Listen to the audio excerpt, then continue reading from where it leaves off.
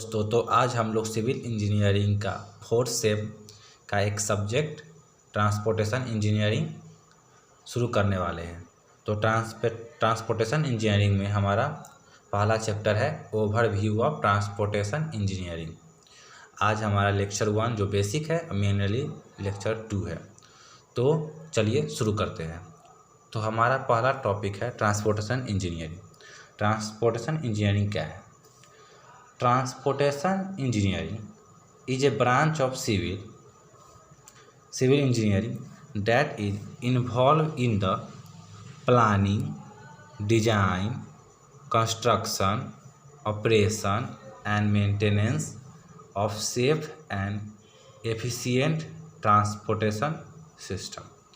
Transportation engineering civil engineering का branch है जो कवर करता है प्लानिंग को, डिजाइन को, कंस्ट्रक्शन को, ऑपरेशन और मेंटेनेंस, सेफ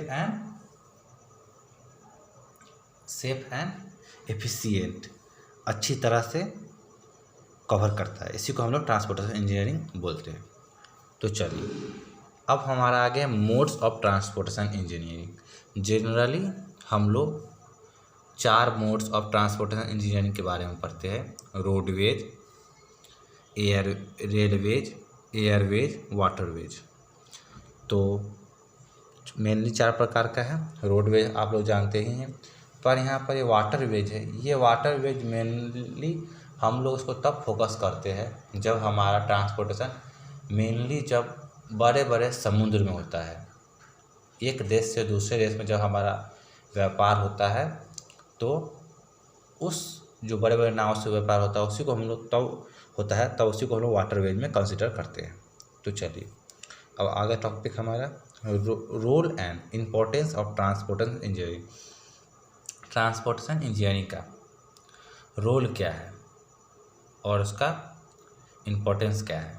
चलिए पहला है it plays an important role in the economic, social and commercial development of the country.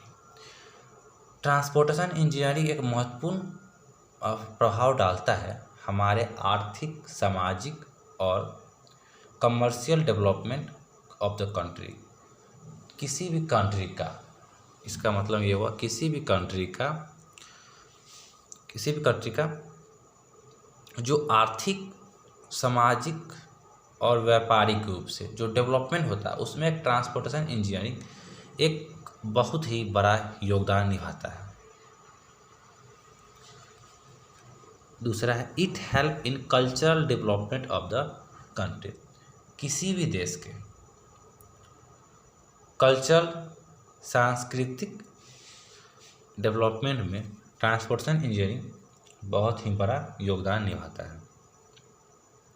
जैसे कि अगर इंडिया के लोग अगर कहीं फॉरेन जाते हैं तो वहाँ के कुछ सीखते हैं और अपने इंडिया में आके उसको जो अच्छा लगता है उसको अपने दैनिक जीवन में उतारते हैं। तो लोग ट्रांसपोर्टेशन इंजीनियरिंग के माध्यम से अलग अलग दुनिया के कोनों में जाकर अपने दैनिक जीवन में सांस्कृतिक डेवलपमेंट में बहुत बड़ा योगदान ट्रांसपोर्टेशन इंजीनियरिंग से होता है। तीसरा है it help in industrial development through out the country. Transportation engineering का एक बहुत बड़ा प्रभाव इंडस्ट्रियल डेवलपमेंट में होता है। अगर किसी भी देश का ट्रांसपोर्टेशन इंजीनियरिंग बहुत अच्छा, ट्रांसपोर्टेशन सिस्टम बहुत ही अच्छा है तो उस देश में बड़े बड़े कंपनियां आएंगी तो उस देश का बहुत ही विकास होगा। इंडस्ट्रियल कंपनी आने से देश में रोजगार बढ़ेगा और तरह तरह के देश में विकास होंगे। चलिए चौथा है हमारा it improve the employment opportunity. ये जब देश में कंपनियां आएगी तो हमारे देश में या किसी देश में रोजगार के अवसर बढ़ेंगे। किसके आने से? ट्रांसपोर्टेशन इंजीनियरिंग के बारे में पढ़ने से।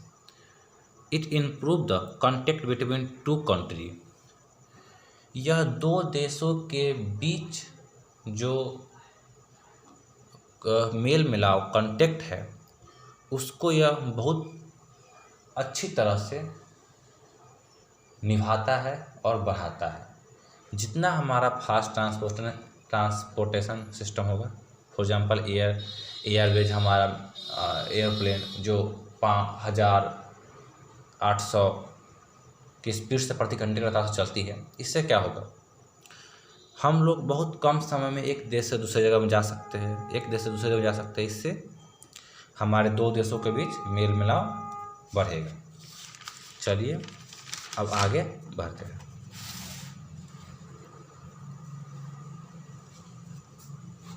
तो ड्यूरिंग इमरजेंसी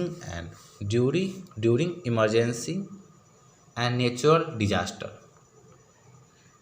जब कभी आपातकालीन स्थिति और प्राकृतिक आपदा आ जाए, it help in quick and easy transportation of relief material, rescue operation and medical supply TC.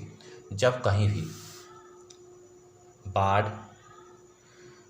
भी बाढ़ या किसी प्रकार का नेचुरल डिजास्टर हो जाता है तो ट्रांसपोर्टेशन के माध्यम से हम उस जगह पर बहुत जल्दी पहुंचकर मेडिकल रिलीफ लोगों को बचा सकते हैं और रेस्क्यू ऑपरेशन चला सकते हैं। किसी देश का ट्रांसपोर्टेशन इंजीनियरिंग जितना अच्छा होगा, उस देश का रेस्क्यू ऑपरेशन मेडिकल सप्लाई ज़्यादा फास्ट होगा। जब भी कभी आपातकालीन स्थिति आती है, तो अगर मान लेते कहीं बाढ़ आ जाता है, तो हमारा ट्रांसपोर्टेशन का एक सिस्टम रोडवेज पूरी तरह से क्षतिग्रस्त हो जाता है। और मान लेते हैं कि रेलवे क्षतिग्रस्त हो गया, तो अगर उस स्थान पर जहाँ दुर्घटना हुई है वहाँ अगर एरोप्लेन या एयरवेज का है उपलब्ध, तो वहाँ पर हम लोगों को बचा सकते हैं। तो चलिए अब हम लोग चारों ट्रांसपोर्टेशन सिस्टम के माध्यम को एक डब्बा में रखकर रोडवेज, रेलवेज, एयरवेज, वाटरवेज को कंपेयर करते हैं। तो मैंने कंपेयर इसको इस प्रकार किया है कि देखिए, वाटरवेज क्या है, चीपेस्ट ट्रांसपोर्टेशन सिस्टम है हमारा, ठीक है। क्योंकि वाटरवेज चीपेस्ट इसलिए है क्योंकि वाटरवेज में मात्र पानी तो हमको कोई किसी का रहता नहीं है या कोई खरीदता नहीं, मात्र एक बोट ले लेता है या बोट ले लेते हैं और आसानी से हम लोग ट्रांसपोर्टेशन कर सकते हैं। और जबकि रेलवेज में हमें रेल भी बनाना पड़ता है या खरीदना पड़ता है, प्लस उसका जो पटरी होता है वो भी बनाना पड़ता है। इसलिए रेलवेज, एयरवेज, रोडवेज महंगा आता है वाटरवेज से, समझे। इसी में रोडवेज है costlier as compare to waterways, waterways से महंगा है। फिर इसी प्रकार कॉस्टलियर देन रेलवे, यह रोडवेज या रोडवेज से महंगा है और सबसे कॉस्टलीस्ट ट्रांसपोर्टेशन सिस्टम है। मैंने ये चारों को एक दूसरे के रेफरेंस में कंपेयर किया है। फिर दूसरा कंपेयर है स्लोवेस्ट मोड ऑफ ट्रांसपोर्टेशन। तो हम जानते हैं कि सबसे स्लो होता है पानी का ट्रांसपोर्टेशन, सबसे स्लो होता है। फिर faster mode of transportation compare to waterways, waterways से फास्टर रोडवेज होता है। फिर रोडवेज से फास्टर रेलवेज होता है। फिर फास्टेस्ट मोड ऑफ ट्रांसपोर्ट सबसे ज़्यादा फास्टेस्ट होता है ये एयरवेज। देखबे करते हैं कि एयरवेज 1000, 1200, 800 किलोमीटर प्रति घंटा की स्पीड से हमारा एरोप्लेन जाता है। सूटेबल फॉर शॉर्टर डिस्टेंस, अब हमारा रोडवेज होता है ये शॉर्टर डिस्टेंस के लिए अच्छा होता है।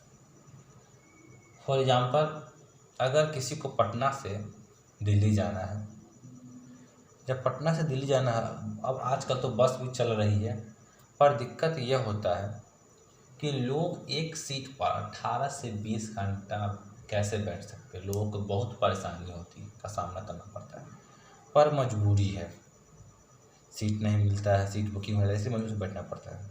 इसीलिए रोडवेज जो होता है सूटेबल फॉर शॉर्टर डिस्टेंस या कम दूरी के लिए अच्छा होता है। रेलवेज ये लॉन्गर डिस्टेंस के लिए अच्छा होता है, हमारा एयरवेज भी लॉन्गर डिस्टेंस के लिए अच्छा होता है, और हमारा वाटरवेज भी लॉन्गर डिस्टेंस के लिए अच्छा होता है। अब हमारा चौथा कंपेयर है सूटेबल फॉर हिली एरिया। अब रोड है तो ज़मीन पर होता है, हिली एरिया भी रोड बनाया जा सकता है। Not suitable for hilly area.